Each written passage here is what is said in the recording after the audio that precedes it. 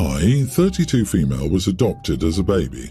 It was supposed to be a closed adoption, but my biological parents' names were visible on the paperwork that came from the hospital and adoption agency. I was able to track down my bio mom about 10 years ago. We exchanged a few emails and talked on the phone, and she sent me photos of my bio siblings who were not placed for adoption.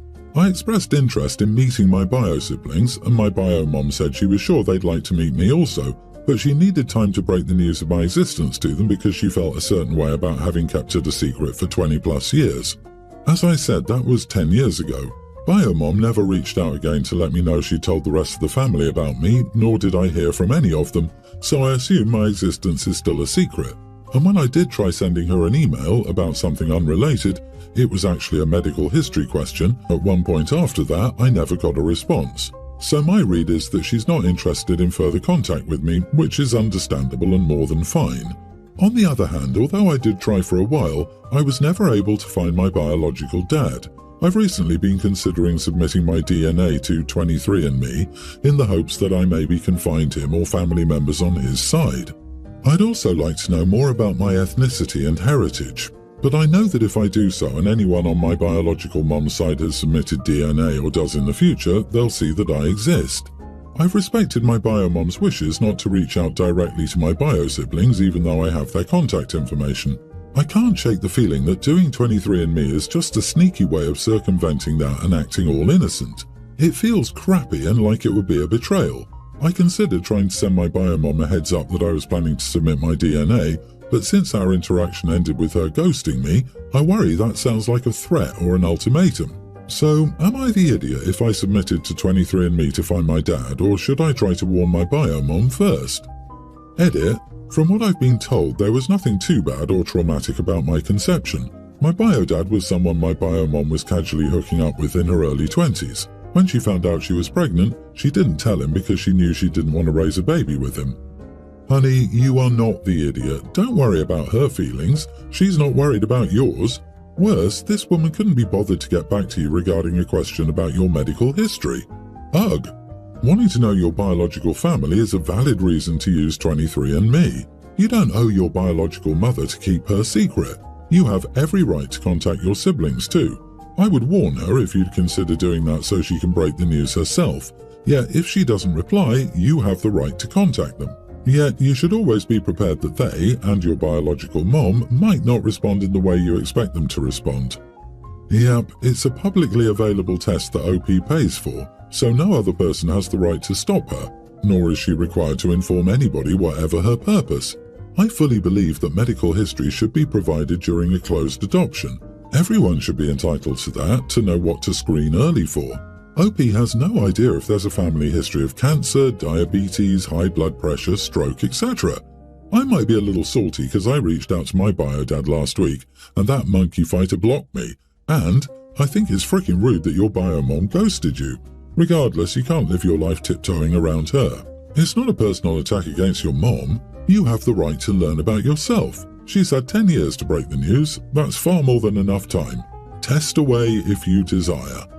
Donor-conceived person here.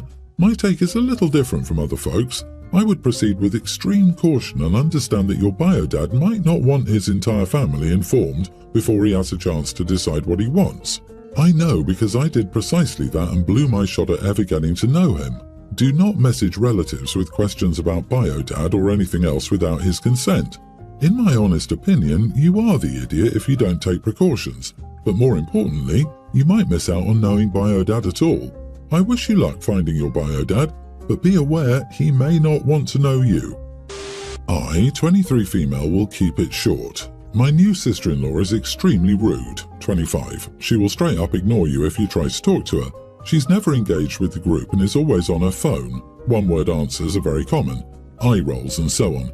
This has been brought up multiple times to both of them, and the reason she gives is that she's an introvert. I'm also an introvert, and I know that means I get my battery charged by myself and not in group settings. It doesn't mean introverts don't know how to interact with people or be polite. We were having dinner for the youngest 21st birthday. After the food, everyone was mingling. My mom tried to talk to her but got a cold shoulder. While she was on her phone, I asked if she wanted a take-home box for some cake. I was asking everyone this. She ignored me. I asked again and she told me she was an introvert, leave her alone. I snapped and told her I didn't realise being an introvert makes you a rude witch. She looked shocked and my brother called me a jerk for this. We had an argument and then left. The family agrees she is rude, but I shouldn't have said that. My sister asked why we invited her to family events because she always acts like that. Am I the idiot? Not the idiot. Nope, she's just a straight-up idiot. Being an introvert isn't an excuse to act like this. The way to go about this is to feed into it. Don't talk to her. Ever. Offer her nothing. When someone says, go get everyone, make it everyone but her. Never acknowledge her or speak with her. Give her nothing. Invite her to nothing, and don't remind her or call her over for anything. Ever. When she speaks, don't even acknowledge her. When she complains, throw her attitude back at her. But you're an introvert, so obviously you don't exist and can't be bothered. That's not my problem. Then I roll right back at her and go back to ignoring her. LOL, I love this. It's not even petty. Why burden someone with the hardship of hanging out with family? If she doesn't want it, don't include her. She'll either be happy or realise she's being stupid for no reason. Either way, it's a win-win situation. Yeah, what a miserable person she is. I'm an introvert and I have awful anxiety. Sometimes I cry from relief because I walked into the door of my house and it's quiet there. I still know how to say no thank you, rolling your eyes, ignoring people, acting like you're some entitled A-list star whose peons should have informed everyone not to talk to you or make eye contact. Please. If her guidelines for being around your family are that no one is allowed to interact with her, then why the heck is she there? Because no one believes she's so introverted that she can't function in society. Not the idiot, totally justified. She doesn't want to be bothered, so she can stay home. I'd stop inviting her. I, 25 male, have been married to Ella, 25 female, for 2 years now. Ella is very close to her dad Steve, and so are Ella's 3 older siblings. I'm also very close to Steve and I have a better relationship with him than with my family. We spend a lot of time with Steve, Ella's 3 siblings and their partners. It's nice. When we met, I knew Ella loved being close to her family and liked living near them. I find it great too, since we always have family close by and it's a loving and supportive family, not just people who want you when they want something from you. Steve lost his wife, aka my late mother-in-law, when Ella was only a baby. They married and had kids at a young age, and Steve was a widower by age 25. He devoted the next 18 years to raising his kids and making all 5 of their lives, the kids and his own, as good as it could be. He's never dated or sought another romantic relationship and has no interest in one. He still adores his late wife and doesn't feel he could ever look at someone else and want them romantically. This is something that Steve's sister has been against, upset by, and very opinionated on. Over the years, Steve's sister has told him he needs to move on and has thrown women his way in the hopes he would find someone and open himself up to falling in love.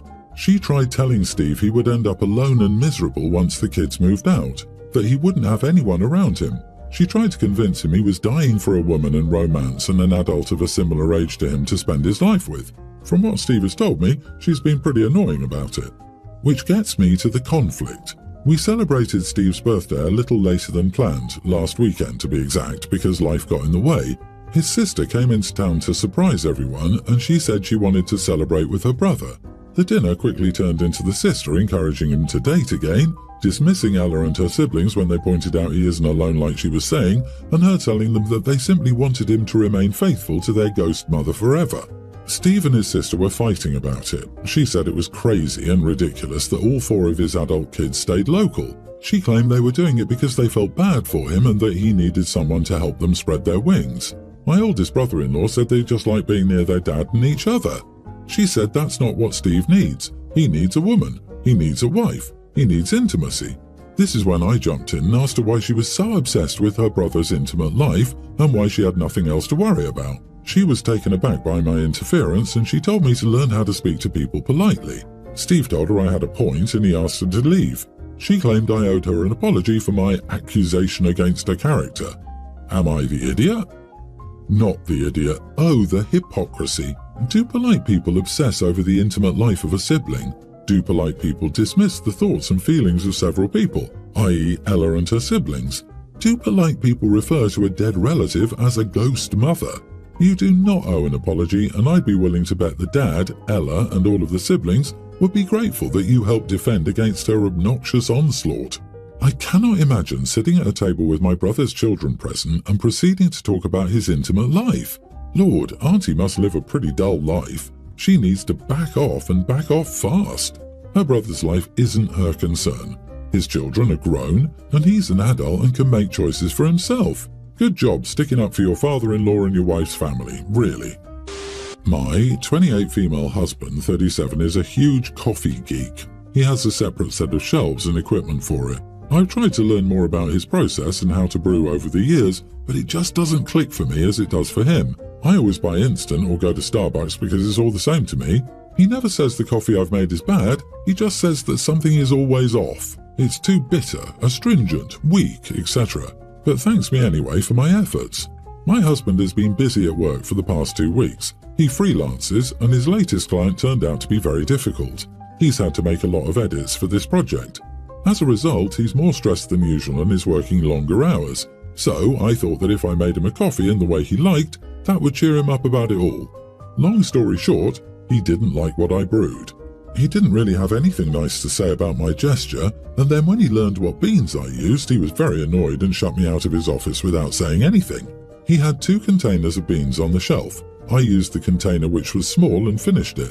I didn't realize it was a rare coffee that was processed in a unique way. It cost more than triple the other bag, which was mainly full and double the size. I thought that using up the beans in the smaller container made more sense, so he could buy himself another bag from the long list of beans he wanted. He only has 2 bags at a time, so he can appreciate them a lot more, whatever that means. He's upset with me because I didn't ask permission, and he could have told me which bag to use if I was going to try to make him a coffee. I'm upset with him for his reaction, no thanks, and shutting me out of his office. I think the whole permission thing is so gross to me, and I shouldn't have to ask whether I can use something in our home. Am I the idiot? I don't understand why you chose a time when he was already stressed out to attempt something you've never mastered and used up your partner's, yes, it's his, even though you both live there, special ingredients in the process. I'm going to say everyone's the idiot here, because he shouldn't take it out on you, but I think he's right to be annoyed, and again, he's already stressed. You should have picked a more crowd-pleasing gesture. It also seems like Opie is trivializing her husband's hobby. My wife is into wine, and I'd never open one of her good bottles without her permission, and even though we've never discussed it, I'd never take anything from her sewing room or go in there without her, as I'm pretty sure she never goes into my workshop. Yesterday she was unscrewing a screw with a nail file and I told her to grab a screwdriver, and her response was, "Oh, I'd never take one of your tools out of the man cave. I can manage." She did somehow get that screw out with the nail file too, LOL. Yeah, I got that impression too. Just calling him a coffee geek feels very, oh, you and your silly hobbies. You are the idiot. I get you tried to help, but you know he's stressed as heck. You know you don't know how to do his coffee things how he likes. You messed up and used the fancy stuff and did it wrong. Then you're angry he doesn't have the emotional energy to praise your effort.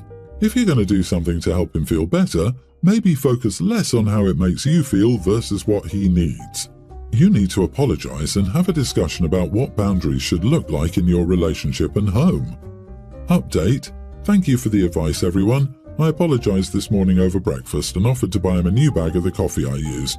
I also asked for advice on a bag I can buy to practice making it for him. All is good in our household now. My sister Amelia has 2 children, Theo, tween, and Tony, preschooler. Tony was born with a disability, which means he has very high support needs, and this is something that was diagnosed before birth. Amelia split up with her ex Brad over this while she was still pregnant. Brad pays child support for both children but only has partial custody of Theo. Both Amelia and Brad should have done a better job of protecting Theo from the realities of the divorce. Unfortunately, he is well aware that they split up because of issues surrounding Tony, and this has caused problems. As a child of divorce, I can understand. Everyone's quality of life declined as a result of the divorce. He hates Tony, blames Amelia, and only wants to be at his dad's with his step-siblings. Watching my sister become a shell of herself and her relationship with Theo sour on both sides has been painful.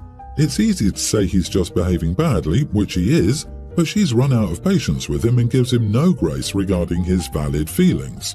At the end of last year, Theo's teacher called his parents over a creative writing assignment in which he expressed some thinly veiled feelings about Tony, and the teacher was concerned.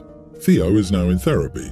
This incident prompted Brad to take Theo's begging to live with him full-time seriously, and he's now suing for full custody, and Amelia is fighting it. She asked me to write a character reference for her, and I said no. I was honest that I didn't feel comfortable advocating against Theo's wishes, especially when I've seen firsthand how they're both struggling with how things are. Amelia was furious, saying I was a bad sister for not helping her, and that if she couldn't even get one person who thought she was a good enough mother to keep seeing her son, then she would lose him. She also said if Theo gets his way now, she will not be able to repair their relationship. I understand all of that, but how I see it, her having him around damages the relationship. More importantly, I don't have any right to say Theo should be somewhere he doesn't want to be. I love him and spend as much time with him as possible, but I'm not qualified, professionally or personally, to know what's best for him. I said all this to Amelia, but all she heard was that I wouldn't help her keep her child. Our mom and stepdad also said no, and she's no longer speaking to any of us. The only person who said yes is our dad, but he barely knows the kids. He only said yes because he's just the ride or die type and he's a flake, so I doubt he'll ever send the letter. The point is, I don't think Amelia is a bad mother, but I just don't feel right putting my name to something I don't feel sure about, even if I may contribute to an outcome she didn't want. Does that make me the idiot? Edit, to clarify, Brad wanted to terminate, which they'd previously agreed to do when family planning, but Amelia changed her mind when the time came. They split over this. Not the idiot. Your sister isn't putting Theo's best interests first and is instead making her own the priority. It's a terrible situation and messy, but it's not a mess you have to clean up. It's not right for her to try to guilt you into this. It's awful that she's losing her child like this, but if nobody would write that letter for her, it's kind of telling that it's the right choice for Theo. You did your best in an impossible situation. Your sister is hurt, but that's not actually on you. So, is it in the best interest of the child to give full-time custody to the parent who already abandoned, custody-wise, one child? He left her to parent their disabled child, didn't help at all, and as a result had the more appealing home and now wants to cherry-pick the healthy one. It's parental alienation, just in an indirect way. It's not parent alienation. Some people cannot cope with disabilities, and having a disabled child is hard work, and having a child you resent is not healthy. He would have been a bad father to Tony because he didn't want him. It sounds like Amelia went ahead with the pregnancy because that is what she wanted, and she didn't consider her husband or her other child. That's just selfish, and now she's reaping what she sowed. The thing is, Amelia neglected Theo for Tony. Obviously he wants to stay with the parent he sees as prioritizing him.